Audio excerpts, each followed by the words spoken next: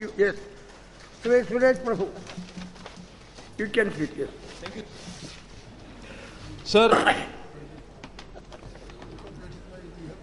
when we were young, we used to think that defense expenditure as a part of the total government expenditure is causing distortions in terms of development priorities of the country.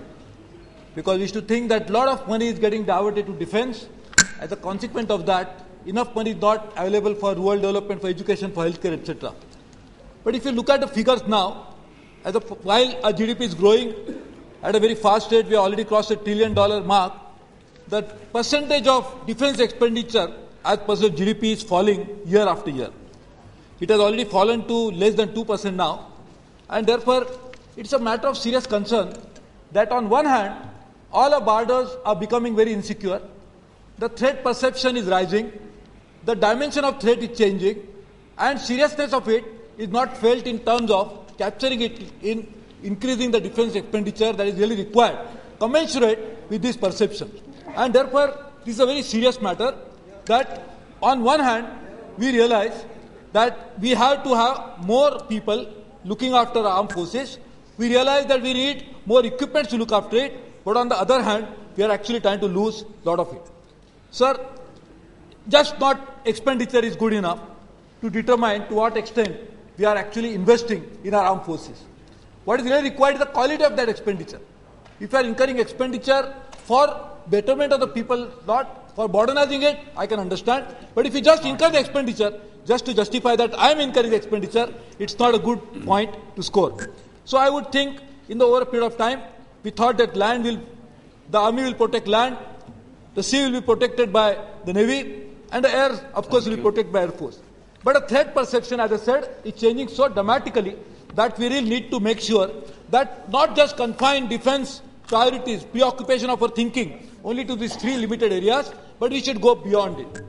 Sir, let me deal with defense equipment.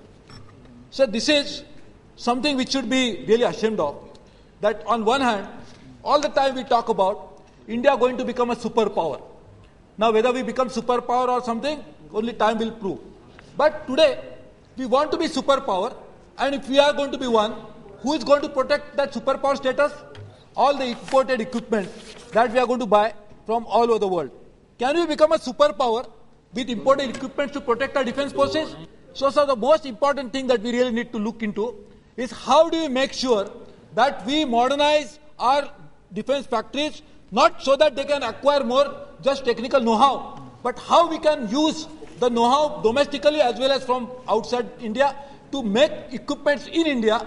And rather than becoming a net importer of defense equipment, why should we not become an exporter of defense equipment? So today, we are using whatever our limited defense budget to support the economies of other countries of the world.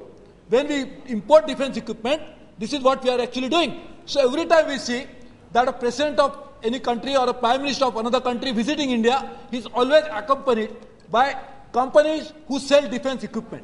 So nowadays we see more of them coming to India. I sometimes wonder whether they are coming here as a representative of the vendors or they are actually trying to come here to help our strategic need. So my request to Defense Minister would be that we must make sure that our modernization of defense equipment portfolio takes place in a manner that we do not depend on imported equipments to maintain our borders. Sir, in 1958, exactly 50 years ago, we created DRDO. We are proud of their record in many ways. They have done a good job. But I think this is the time, 50 years, not short time. So whatever learning curve was there, it is already completed. Now I think the DRDO should really try to compete with the best defense organizations of the world in terms of research and development. And that should be done so that we should benchmark what new equipment they are going to make, what new technology they are going to develop with the best available in the world today. So my request to the Defense Minister would be, please create this benchmark-related aspirations for the DRDO, which should really be able to meet our future challenges in domestic production and not just to depend on imported material. So other issue is, always it plagues the Defense Ministry, that all Defense Ministers are shy of buying, because if you don't buy, it's good, because if you buy, it's a controversial issue. So my request to my Mr. A.K. Anthony would be please come out with a procedure which will facilitate early disposal of all these issues. At the same time, we'll be able to procure, but will not be shrouded by secrecy, not be shrouded with controversy. So therefore, I would request him to do that. Sir, the other very important issue other than equipment is the people itself.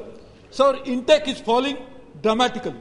People are just leaving army on various armed forces. Even Air Force pilots want to join the jet or other private commercial airline. So, sir, my request is we must strengthen our catchment from where we get the new recruits into the armed forces. The Sainik School, the NCC, should really be modernized and should be made in such a way that these institutions are able to actually work as catchment institutions to get more people, and also we must sensitize people. So we must bring some sort of a glamour to these armed forces so that people will be attracted to go there. So today, private sector is offering such incentive that it is impossible for army to compete with that. So if we can really bring in this type of a new glamour around these forces, and for that, my request is, please use mass media to create this glamorous attitude towards Please it. conclude Sir, now. Sir, I'm the only speaker from the party, sir. I just started, sir. I'm not a second one. Sir. I'm the only speaker, sir. So please, sir. Sir, I'm the first one for the party and the last one. Time नहीं party time तो सबका खत्म हो गया, अब दोबारा देना है. Sir, my request, sir. Sir, people, when we talk about, I would request, last few years, we have seen a huge outflux of people going away from army. So therefore, we really need to make sure that we provide them incentive rather than just keep on recruiting new people, train them, and they will lose them to private sector. So rather than that, how to retain them should also be a challenge. Not just to get more, but how to retain them is also a challenge which we should try to do. And also at the same time, in army there is a peculiarity that at some age we would like people to leave army because we want young blood to come in. And that's a very sensible thing. But when people, we want them to leave, it's a responsibility of all the armed forces to give them enough training in a manner that they will acquire such skills which will help them to carry on life outside army without wearing uniform. And that's what we should really try to do it. Sir, morale of army, all the armed forces, is something which is an extremely important issue. I think we must make sure that we keep it at a high level, and to do that, we must provide proper promotions, rewards in a manner that whatever the army, and we are all proud of them, whatever the armed forces have done, they should be able to do a much better Please job. conclude And now. we should not use them at random for any civilian disorder that takes place in India. So that should be used in a very exceptional basis. Sir, my two last points. One is on intelligence. Sir, I think we really need to strengthen our intelligence base of the armed forces in a very significant way. And now the dimension of threat, as I said, and the perception of it is changing so dramatically that the challenge before the armed forces is they should get advanced information before others act. We should be able to know who is going to act, and so that we can act before them.